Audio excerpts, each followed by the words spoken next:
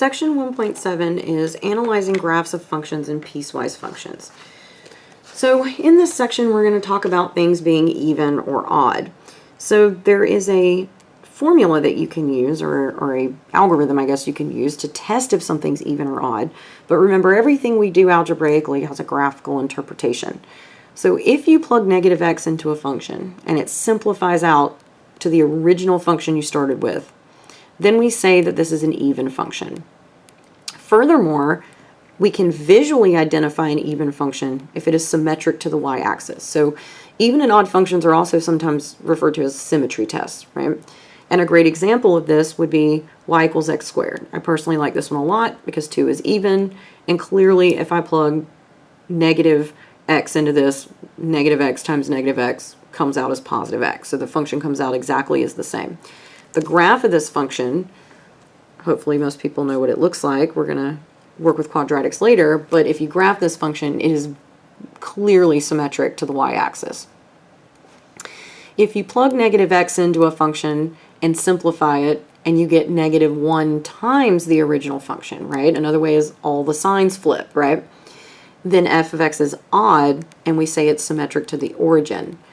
So my favorite example of an odd function is x cubed, because negative x times negative x times negative x equals negative x cubed. So you get the original function times negative 1. If we look at a graph of x cubed,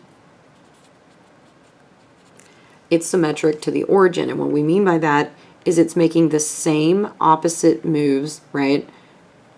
It's making, as it moves to the right here, it moves to the left. As it moves up, it moves down. So it's doing kind of a mirror image move along the origin. Piecewise functions are simply functions that are made up of pieces of other functions. So I'm going to revisit this in just a minute when we get to the example, but before we talk about piecewise functions, let's actually look at how to determine properly if something's even, odd, or neither. So one thing I want to note about this, if you have this on the exam, which you should, right, or one of these, sometimes in the tutoring centers, and people might tell you a shortcut to test for this, or when we're first trying to explain this idea to you, we might toss a few negative numbers into the equation and then have you look at what comes out and compare that way. That is not proper work on the exam.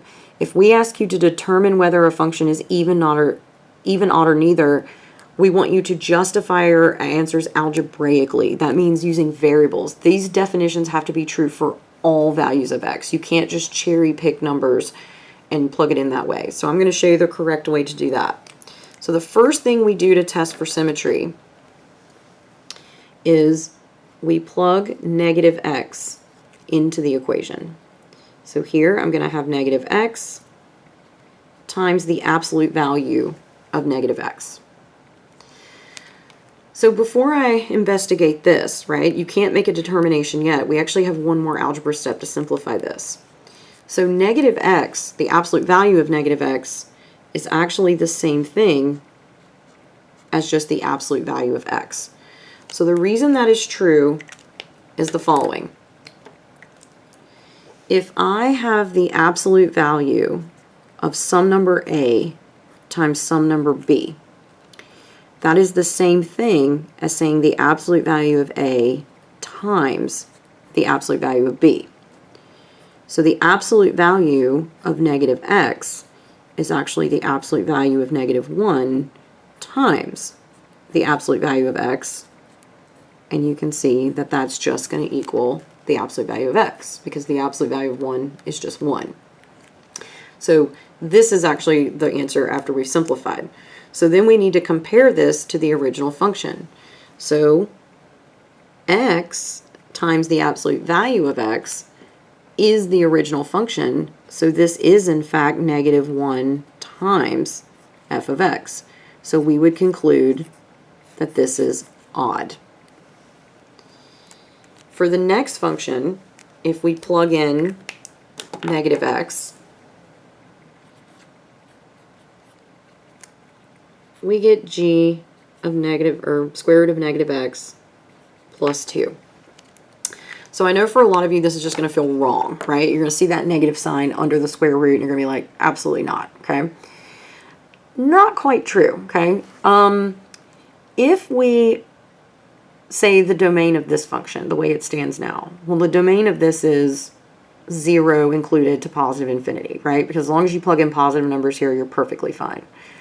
But if I actually gave you this expression, and I said, well, the domain of this function is negative infinity to 0, well, then everything would work out fine, because any negative number you plug in here, right, times -1 comes out to be a positive, and you could evaluate it.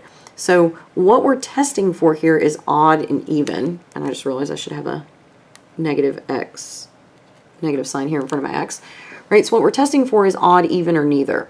So the only thing that I'm looking for in this algebra expression is, does this reduce to be the original function in its exact form, or is it -1 times the original function? And the answer is it's neither, right? It's definitely not the same. And because the sign of the 2 didn't change, it's not going to be odd, because all the signs should flip if it's odd. So this would actually just be neither, okay? The next one is a polynomial. So if we plug in -x into this equation, I get 4 times -x to the 4th minus -x squared. And when we say justify using algebra, we want to see the step. We want to see you plug -x into every piece, right? Then we can see that if you take any negative number and you raise it to an even power, it should come out positive, right? Because -x times -x will be positive, then times another -x, it goes negative again, and then when you do it the 4th time, it goes positive again. So this is just going to be 4x to the 4th. This -x, like inside the parentheses, right, becomes positive when we square it, so we get back -x squared. This equals the original function h of x, so this is an even function. So what we're seeing here is that if you add a bunch of even functions together, right, or subtract, right, add addition and subtraction, same thing, right? If you're adding a bunch of even functions together, the resulting function comes out to be even, but you still have to justify it using the algebra step. All right, let's look at one more. So this is k of x. So now when I plug in -x, I get -x in the numerator, -x quantity squared plus 1 in the denominator. So in the numerator, that guy just stays -x. But in the denominator, this -x, when you square it, becomes positive. And if we now compare this to the original function, it's just -1 times the original function, so it's odd.